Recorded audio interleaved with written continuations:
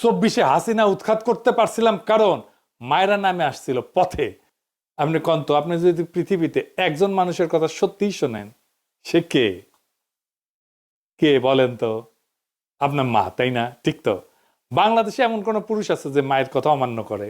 এই দেশ সংসদে চলে না, দেশ চলে ঘরের ভেতর থেকে, আর সেই ঘর চালায় মায়েরা। এটা কোনো আবেগের কথা না, এটা নস্টালজিয়া না, এটা আমাদের ডিএনএতে আছে।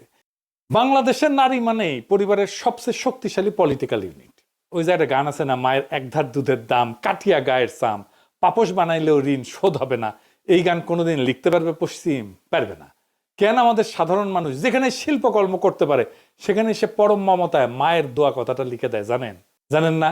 উত্তর এইখানে, শুনেন। গোটা বিশ্বের সবগুলো আল্লাহর ওলি যদি একটা গ্লাসের পানিতে ফু দেয়, আর আপনার মা যদি আপনার মাথার মধ্যে হাত বুলিয়ে দেয়, আপনার মা যদি আপনার বুকে একটা ফু দিয়ে দেয়, সব পীর সাহেব একদিকে, মায়ের দোয়া আর একদিকে। মায়ের দোয়া মুহূর্তে আবার আল্লাহর আরশে পৌঁছে যাবে।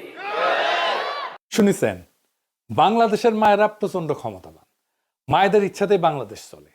24-এ হাসিনা উৎখাত করতে পারছিলাম কারণ মায়েরা নামে আসছিল পথে।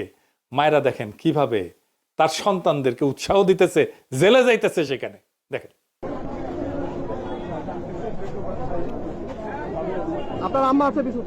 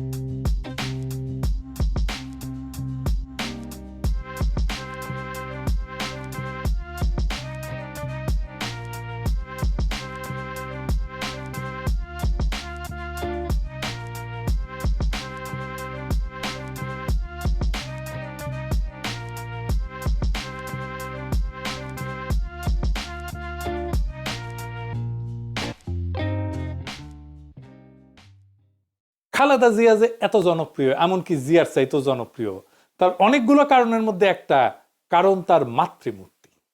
শুধু কি মুসলমান সম্প্রদায়, এমনকি হিন্দু সম্প্রদায়ের কথা যদি ধরেন, বাংলাভাষী হিন্দু, হিন্দি ভাষী হিন্দু না কিন্তু, এই যে বাংলাভাষী হিন্দুরা, তারা যে শিশুকাল থেকে পূজা করে, প্রত্যেকেই তো দেবী, নারী এবং মাতৃমূর্তি। মা দুর্গা, মা কালী, মা লক্ষ্মী, মা সরস্বতী। তাই বাংলাভাষী হিন্দু মুসলমান নির্বিশেষে ইহজগতে মায়ের প্রতি অনুগত থাকে। এইটা পশ্চিম কখনোই বুঝতে পারবে না। পশ্চিম কেন এখানে ভুল করে, কেন তারা নারীদের ক্ষমতার এই রূপটা দেখতে পায় না? নারী মানে সম্পর্ক ছিন্ন এক একক ব্যক্তি, সামাজিক সম্পর্ক থেকে বিচ্ছিন্ন সত্তা। এই ফ্রেমে নারী তখনই ক্ষমতায়ন হয় যখন সে পরিবার থেকে আলাদা হয়। এই নারীবাদীরা বলে তারা সুখ চায়, ভালোবাসা চায়, আবার দেখান এইটা সে। আমরা নারীবাদী কারণ আমরা খুশি।